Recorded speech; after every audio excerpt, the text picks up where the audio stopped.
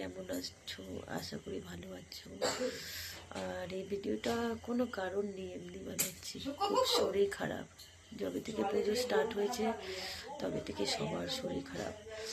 আর একটা কথা শেয়ার করার জন্য এলাম, কালী পুজোর ভাসান ছিল আমাদের এখানে।